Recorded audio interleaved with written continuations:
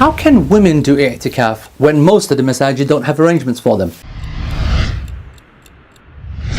So a quick reminder what i'tikaf is. I'tikaf is when you isolate yourself linguistically, when you isolate and you stick to a certain area or a certain thing, and but its Islamic meaning is to do that isolation in the masjid for the sake of worship of Allah subhanahu wa ta'ala alone.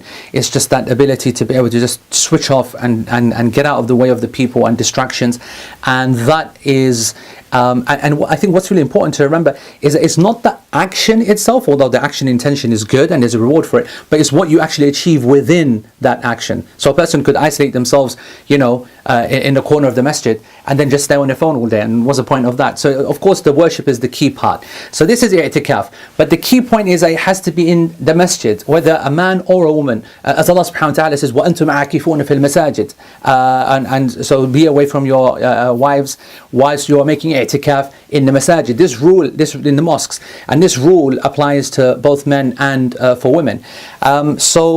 The vast majority of scholars, the Ahnaf, the Malikiyya, the Shafi'iyya, the Hanabila, the Muhaqqiqeen, they are in agreement that one has to do it in the masjid. And as the questioner said, most masajid, they don't actually put on the arrangements for sisters, maybe because of space or because of whatever, I don't know. And so what are they going to do?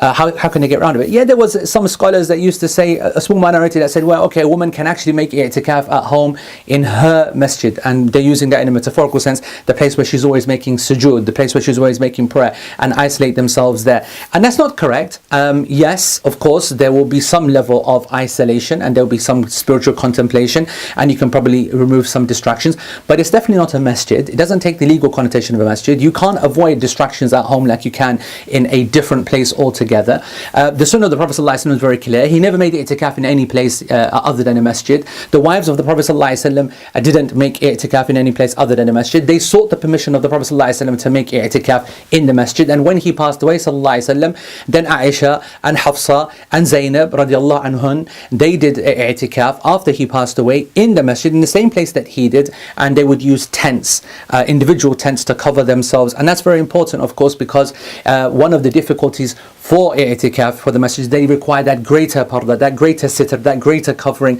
and that safety, and that obviously makes it more difficult.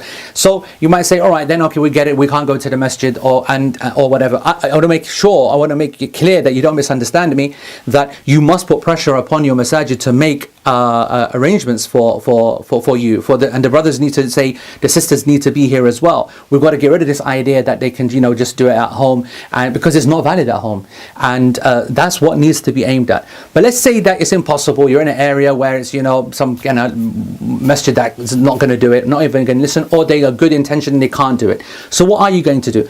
So I want to say to you that and this is an important point to remember this. I'tikaf itself, in the legal sense, actually doesn't have a specific reward in the sunnah. It's not actually mentioned that the person who makes i'tikaf in the last 10 nights of Ramadan will get this. No. Actually, it's the process that one will get reward by doing what they get done in that i'tikaf.